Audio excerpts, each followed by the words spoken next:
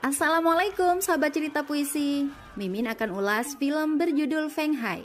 Filmnya bagus sekali.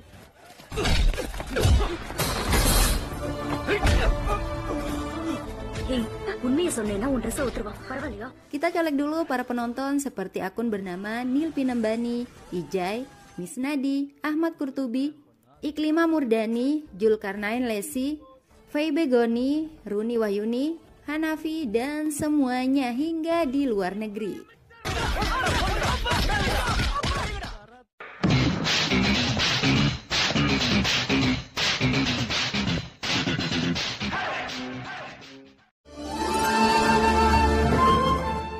Vira Vandy adalah tokoh masyarakat yang sangat dihormati di distrik Sivagangga. Ucapannya adalah sabda bagi masyarakat. Selain memiliki harta berlimpah, Vira Vandy dikenal pemurah. Dia membantu setiap masyarakat yang memiliki masalah. Istilah zaman sekarang, Vira Vandy adalah The Real Sultan Sivagangga. Dengan mudah, Vira Vandy bisa membuat orang menjadi MLA atau wakil rakyat. Itulah mengapa Vira Vandy lebih berpengaruh dan berkuasa dibandingkan pejabat sekelas MLA. Kesalahan Vira Vandy memberikan dukungan politik kepada Raja Linggam. Ketika Vira Vandy tidak menyetujui lokasi pembangunan stasiun kereta api, Raja Linggam hanya berpura-pura saja patuh. Tapi di belakang dia sangat dendam. Apalagi Raja Linggam sudah menerima suap.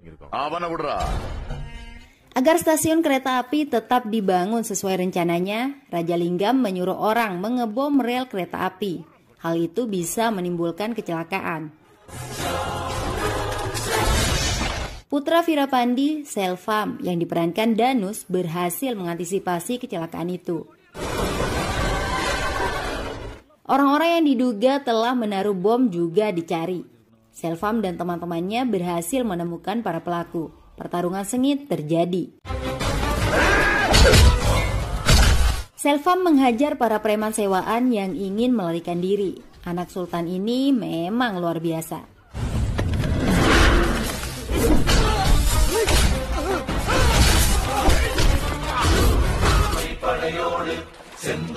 Apa yang dilakukan Selvam adalah untuk membantu pekerjaan baik ayahnya. Selvam sangat menghormati ayahnya. Saking hormatnya, dia sampai malu makan jika ada ayahnya di rumah. Keberhasilan Selvam menangkap pelaku justru dianggap ceroboh oleh ayahnya. Vira Vandy sengaja membiarkan pelaku tidak tertangkap agar dalangnya bisa dilacak. Vira Vandy ingin anaknya bisa lebih dewasa dan bijak dalam bertindak. Oleh karena itu, Selvam dibuatkan paspor untuk bekerja di luar negeri.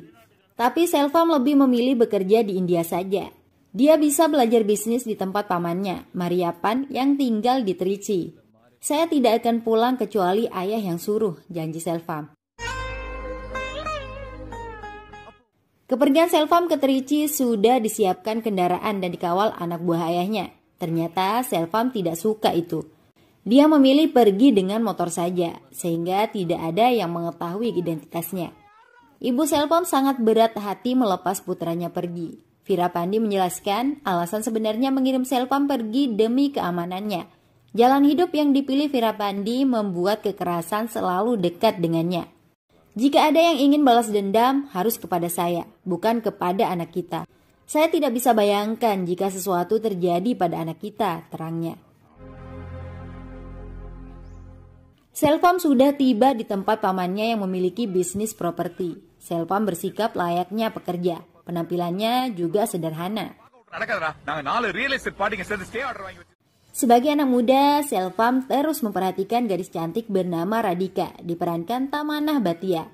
Radhika yang merupakan seorang mahasiswi sudah dicintai Selvam sejak mereka masih di sekolah SD dulu. Masalahnya, Radhika pura-pura tidak mengenal Selvam. Dia mengaku namanya Gopika agar tidak diganggu lagi. Padahal Selvam sangat yakin tidak salah orang. Teman Radhika tiba-tiba memanggil nama aslinya. Kan Radhika jadi malu sendiri. Sementara Vira Vandy terus mengabdi untuk masyarakat. Dia tetap menolak berbagai rencana MLA Raja Linggam yang merugikan rakyat. Hal itu semakin membuat Raja Linggam kesal. Untuk membuat Virapandi tidak lagi ikut campur, secara diam-diam Raja Linggam memerintahkan gangster Anburaj di Trichy untuk membunuh Selvam. Karena jika anaknya mati, Virapandi pasti enggan mengurus masalah lagi. Raja Linggam tidak mengungkapkan jika targetnya adalah anak Virapandi. Anburaj mengirim anak buahnya, Peter, untuk menghabisi Selvam.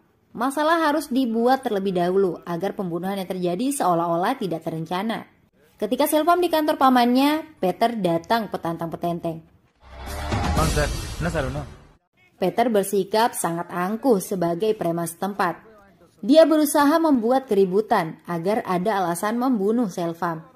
Peter menyuruh Selvam membeli teh, tapi teh itu justru dibuang ke muka Selvam dengan alasan tidak enak. Hebatnya, Selvam tetap tenang dan tidak terpancing. Masalah pun tidak bisa dibesar-besarkan. Teman Selvam, Ganesh, sangat marah melihat insiden itu. Ganesh dikirim oleh Virapandi memang untuk memantau Selvam. Preman sekelas Peter hanya cecunguk jika dibandingkan keganasan orang-orang Virapandi. Selvam meminta Ganesh untuk tidak memperpanjang masalah. Selvam tidak ingin orang-orang di Trichy mengetahui identitasnya, bahwa dia adalah anak sultan, sang penguasa distrik Sivaganga. Selvam lebih tertarik mengejar cinta monyetnya, Radhika. Tapi Radhika masih saja pura-pura tidak mengenal Selvam. Lagi-lagi teman SD mereka yang lain mengenal Radhika. Radhika semakin dibuat salah tingkah. Meski selalu diabaikan, Selvam tetap menggoda Radhika. Kekesalan Radhika membuncah ketika Selvam menanyakan ayahnya. Selvam tidak tahu jika ayah Radhika sudah meninggal. Selvam mengajak Radhika ketemuan di restoran untuk minta maaf. Saat itu Selvam juga mengungkapkan cintanya, tapi Radhika langsung menolak untuk berpacaran. Apalagi dia tinggal bersama pamannya. Pertemuan Radhika dengan Selvam dilihat sendiri oleh pamannya yang kebetulan rapat di restoran yang sama. Paman dan bibinya menjadi sangat kecewa karena Radhika dianggap pacaran. Sikap Radhika menjadi lebih tegas ketika Selvam datang. Tapi Selvam mengaku tidak akan mengganggu lagi. 6 bulan lagi saya akan datang. Jika kamu menjawab iya, kita akan menikah. Jika kamu bilang tidak, saya akan pergi, ucap Selvam. Sejak saat itu, Selvam tidak lagi melakukan PDKT. Jangankan menggoda Radhika, melihatnya saja enggan. Selvam benar-benar tidak mengganggu Radhika sesuai ucapannya. Sebelum 6 bulan, paman Radhika ditimpa masalah. Tanah yang sudah dibeli akan diambil pemerintah karena ada perluasan bandara. Hal itu membuat Radhika ikut sedih. Teman Radhika, Jayanti, menceritakan masalah tersebut kepada Selvam. Kebetulan tanah itu dulunya dibeli kepada paman Selvam, Mariapan. Selvam memaksa pamannya untuk mengembalikan uang Ramanathan yang merupakan paman Radhika. Jika tidak, rumah Mariapan akan dibakar. Terpaksa deh Mariapan menuruti kemauan Selvam. Masalah Radhika pun selesai.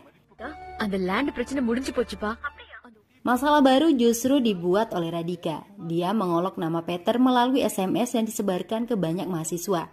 Penyebabnya, Peter sudah berbuat kurang ajar kepada teman Radhika. Peter tidak terima, dia mengamuk di kampus mencari orang yang berani mengoloknya. Radhika dalam bahaya. Jayanti menghubungi Selvam tentang masalah yang terjadi. Radhika sudah tertangkap basah. Selvam datang dan mengaku sebagai orang yang menulis SMS tersebut. Peter sangat marah, dia menghajar Selvam. Apalagi Selvam juga menjadi targetnya untuk dibunuh. Selvam sendiri tidak memberikan perlawanan. Ya, Selvam sengaja tidak mau melawan. Radhika sampai merasa kasihan melihat Selvam disiksa. Tindak kekerasan itu direkam oleh seorang dosen. Paman Selvam, Mariapan, datang menghentikan kekejaman Peter. Hentikan Peter, kamu tahu nggak dia ini siapa? Ucap Mariapan. Saat itu identitas Selvam hampir dibuka oleh pamannya. Tapi Selvam meminta pamannya untuk diam. Sikap Selvam membuat Ganesh kesal dan ingin memberitahu Virapandi. Ganesh tidak rela ada orang yang memukul Selvam. Masalah ini sudah selesai. Jangan kamu ungkit lagi, pinta Selvam. Video kekerasan yang dilakukan Peter sudah dilaporkan ke komisaris polisi oleh dosen setempat. Peter akhirnya ditahan selama seminggu. Sementara Radhika dihantui rasa bersalah kepada Selvam. Karena ulahnya membuat Selvam dipukul preman. Radika juga kini mengetahui dari Jayanti jika masalah tanah pamannya bisa selesai berkat bantuan Selvam. Radika mulai jatuh cinta. Ada rindu dalam dadanya setelah Selvam tidak lagi menggoda. Masalah dari Peter datang lagi setelah keluar dari penjara. Tujuan pertama Peter membalas dosen yang berani melapor ke komisaris. Selvam yang mendapat informasi keadaan di kampus langsung datang. Ganesh juga menghubungi ayah Selvam, menceritakan situasi Selvam bisa dalam bahaya. Peter menghina dan mengolok dosen kampus itu. Tidak ada satupun yang berani menghentikan sikap kurang ajar Peter. Peter akan memukul dosen itu karena tidak mau minta maaf. Saat itulah Selvam beraksi menghajar Peter. Selvam yang sebelumnya dianggap tidak bisa melawan, kini menunjukkan sisi berbeda. Selvam terlihat begitu ganas dan buas. Peter dan anak buahnya ternyata hanya butiran debu di hadapan Selvam.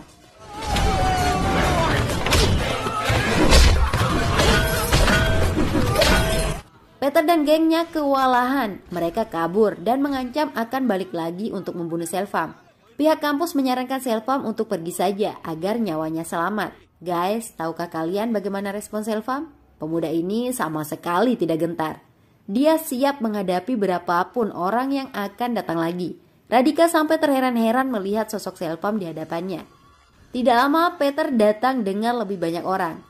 Dia juga membawa Anburaj, gangster yang paling ditakuti di Trichy. Perintah Anbu jelas, bunuh Selvam. Selvam sudah siap melawan siapapun. Saat itulah Virapandi bersama anak buahnya datang untuk memastikan Selvam tidak terluka. Anburaj yang sejak tadi terlihat garang, tiba-tiba berlutut memohon ampun. Dia mengaku tidak tahu jika Selvam adalah anak Virapandi. Kalau kamu mau cari masalah, lihat dulu siapa musuh kamu. Kalau kamu buat masalah lagi dengan anak saya, kamu akan saya cincang, ancam Virapandi kepada Anbu dan Peter. Ucapan Virapandi membuat bulu kuduk berdiri. Semua orang memang tidak menyangka jika Selvam yang terlihat biasa-biasa adalah anak Virapandi, sultan yang paling disegani di distrik itu. Anbu kemudian menghubungi MLA Raja Linggam. Anbu menyerah jika disuruh membunuh anak Virapandi. Melawan Virapandi sama artinya ingin mati. Sementara Radika sama sekali tidak bangga setelah mengetahui siapa Selvam. Cintanya yang baru tumbuh langsung layu. Radika tidak suka kekerasan dan sikap bengis Selvam serta keluarganya. Memang benar keluarga Virapandi keras, tapi untuk membela kebenaran. Terbukti ketika Virapandi mendapat laporan MLA Raja Linggam akan membeli tanah ratusan hektar. Virapandi bergegas ke Trichy lagi untuk menggagalkannya. Virapandi menjadikan Raja Linggam sebagai MLA untuk membantu masyarakat. Tapi yang dilakukan justru sebaliknya. Virapandi menanyakan sumber uang sehingga Raja Linggam bisa membeli tanah. Raja Linggam merasa tidak dihormati dan menganggap Virapandi terlalu banyak bicara. Virapandi langsung menampar Raja Linggam yang mulai berani melawan.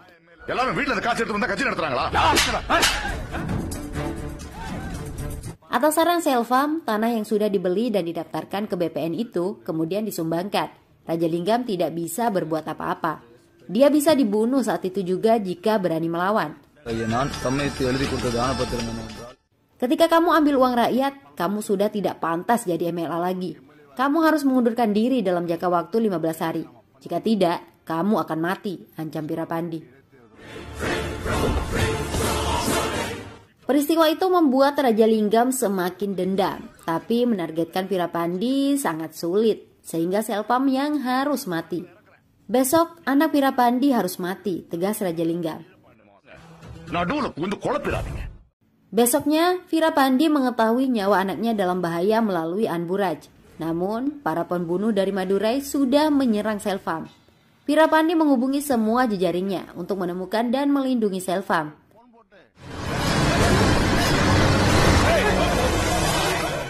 Selvam berusaha melawan dan melarikan diri karena musuh terlalu banyak. Punggung Selvam terkena tebasan parang di jalan raya. Kini tidak ada pilihan lain lagi bagi Selvam, kecuali membunuh atau dibunuh. Selvam kemudian tampil garang menghabisi musuh-musuhnya. Dia membunuh para penjahat itu di siang bolong. Masyarakat yang ada hanya jadi penonton dan merekamnya untuk diposting di media sosial. Virapandi sendiri tiba setelah musuh tumbang. Pembunuhan itu sudah menyebar karena banyak masyarakat merekamnya. Kepolisian terpaksa harus menahan Selpam selama 15 hari. Virapandi kini benar-benar murka kepada MLA Rajalinggam karena sudah mencoba membunuh Selpam.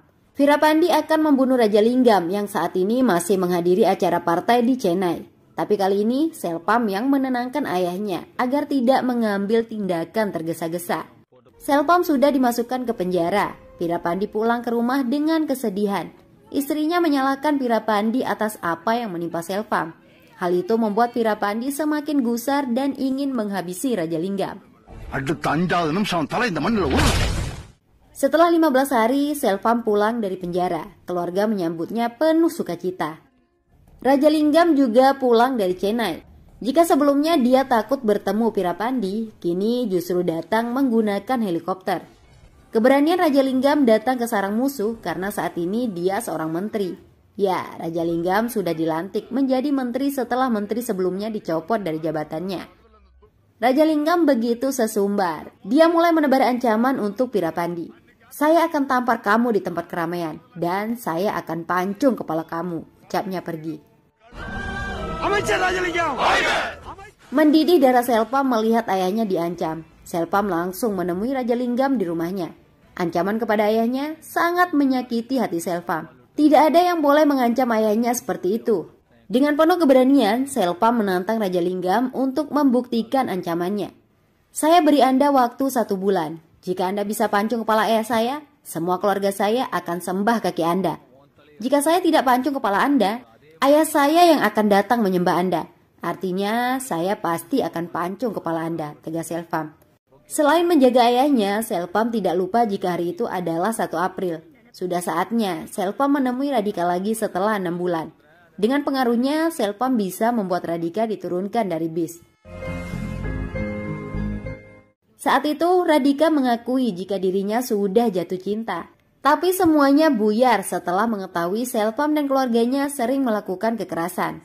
Radhika tidak bisa menerima semua itu. Apabila Selpam ingin menikahinya, ada syarat yang harus dipenuhi, yaitu meninggalkan kekerasan, meninggalkan kampung halaman dan keluarganya yang sudah dipenuhi kekerasan. Selpam marah dengan jawaban Radhika, apalagi Selpam diminta meninggalkan ayahnya. Kita bisa berkorban apa saja demi cinta, tapi kamu minta saya korbankan keluarga, saya akan lupakan kamu, ucap Selpam pergi.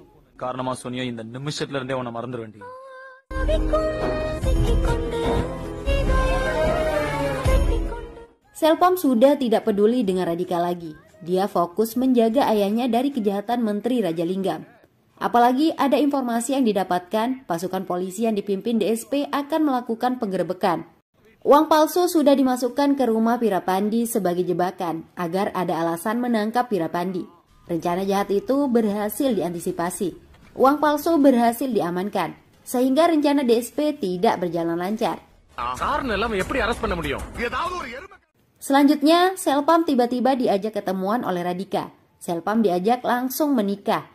Radhika mengaku tidak bisa hidup tanpa Selpam. Pertemuan yang romantis itu juga dilihat oleh ibu Radhika.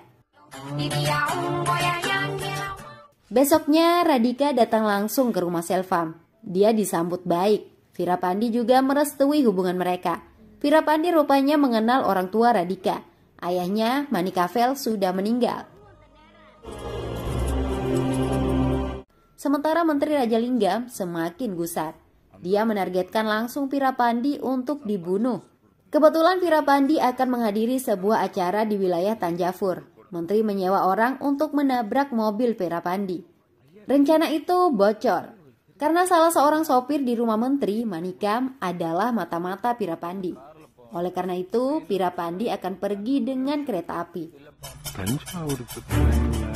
Hal yang mengejutkan, Radhika menelpon pihak menteri, menginformasikan jika Virapandi akan pergi naik kereta api.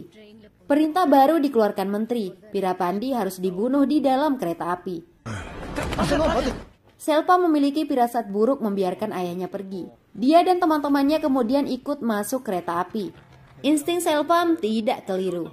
Mereka menemukan preman sewaan menteri. Untuk mengibuli menteri, Pirapandi turun di stasiun lain dan melanjutkan perjalanan menggunakan mobil. Namun diketahui oleh anak buah menteri. Selpam menghajar preman bayaran yang sudah menunggu di stasiun. Selpam benar-benar garang karena ini menyangkut keselamatan ayahnya. Virapandi yang menaiki mobil berwarna marun tetap diincar. Orang suruhan menteri justru menabrak mobil berwarna marun milik orang lain.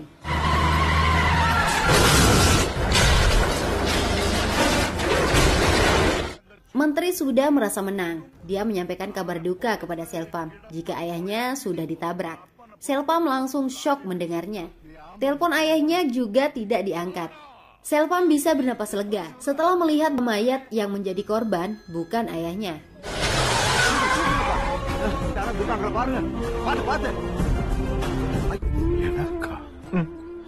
Virapandi kemudian pulang ke rumah membatalkan kunjungan.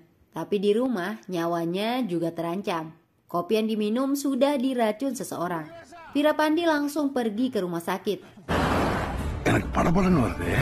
Selpam sangat marah ayahnya bisa diracun di rumah sendiri. Pembantunya mengungkapkan jika Radhika sempat datang dan masuk dapur.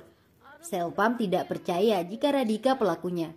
Tapi sandal Radhika ditemukan tertinggal di dekat pintu karena pergi tergesa-gesa. Informasi yang didapatkan Selpam dari Manikam, menteri juga membicarakan seorang gadis yang memberikan informasi ketika Virapandi pergi menggunakan kereta api. Selpam langsung pergi ke rumah Radhika dan melemparkan sendalnya yang tertinggal. Radhika hanya diam ketika Selpam marah. Ibu Radhika, Padmavati yang angkat bicara jika tujuan Radhika memang untuk membunuh Virapandi. Mendengar itu, Selpam menampar Radhika. Ternyata Radhika ingin balas dendam atas kematian ayahnya yang dianggap dibunuh oleh Virapandi. Sakit hati Selpam mendengar semuanya. Dia tidak menyangka calon istrinya tega ingin membunuh orang yang paling dihormati oleh Selpam. Kamu memanfaatkan cinta saya. Kamu membunuh saya hidup-hidup. Pelacur saja tidak pernah berpura-pura menjadi kekasih, ujar Selpam menangis. Virapandi juga datang ke rumah Radhika. Virapandi menegaskan dirinya memang sempat mengancam ayah Radhika karena menerima suap, tapi orang lain yang melakukan pembunuhan. Semua orang percaya saya tidak membunuh, tapi kenapa kalian tidak percaya? Teriak Virapandi. Radhika dan keluarganya sangat menyesal. Selpam juga sudah patah hati. Besoknya, Radhika datang lagi menemui Selpam, tapi dia datang bukan untuk minta maaf. Radhika datang untuk berpamitan. Dia dan keluarganya akan pindah karena merasa malu. Benar saya racuni ayah kamu, tapi benar juga saya mencintai kamu. Jangan hina cinta saya, ucapnya pergi. Selpam membiarkan Radhika pergi. Orang tua Selpam memintanya untuk membawa Radhika pulang ke rumah. Karena Radhika sebenarnya gadis baik hati yang menjadi korban hoaks. Di stasiun kereta api, Radhika masih menyesali apa yang sudah terjadi. Radhika merasa tidak pantas hidup lagi, sehingga ingin bunuh diri. Beruntung, Selpam datang tepat waktu. Selpam mengajak Radhika kembali, tapi Radhika tidak mau. Selpam kemudian menampar Radhika lagi. Kamu selalu buat keputusan yang salah. Saya tidak bisa hidup tanpa kamu, ucap Selpam yang disambut pelukan Radhika.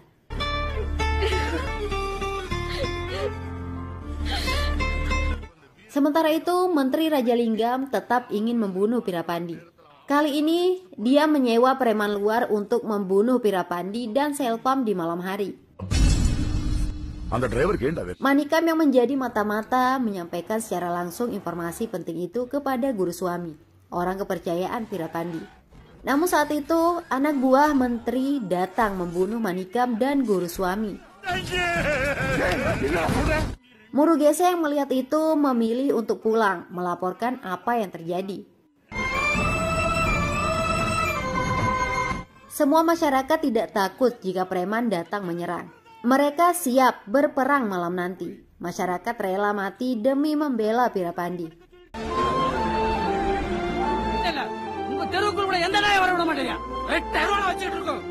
Virapandi dan Selpam tidak ingin ada masyarakat terluka. Peperangan hanya bisa dihentikan jika Raja Linggam dibunuh terlebih dahulu. Kami bisa melakukan itu. Kami pastikan akan membunuh mereka sebelum kami mati, ucap Selvam. Virapandi berat hati mengizinkan Selvam. Ibu Selvam juga menangis mendengar rencana anaknya. Ibunya sangat takut jika terjadi apa-apa dengan Selvam.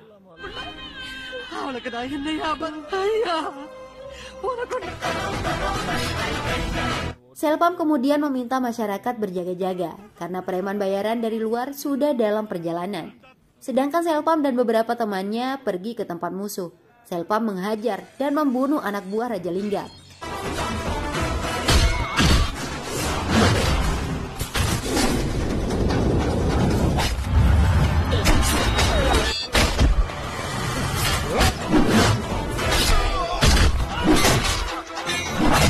Selvam meminta orang kepercayaan Raja Linggam, Manacari, memberitahukan Raja Linggam jika Virapandi sudah ditangkap. Raja Linggam sangat bersemangat datang ke lokasi untuk membunuh Virapandi dengan tangannya sendiri. Tapi Raja Linggam justru hanya menemukan Selvam. Duel maut pun terjadi. Dan Selvam berhasil membunuh Menteri Raja Linggam malam itu.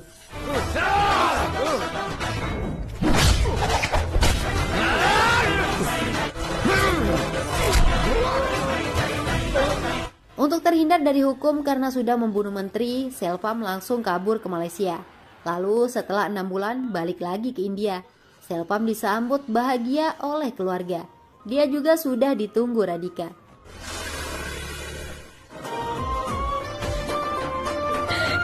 Sudah dulu ya, sampai jumpa.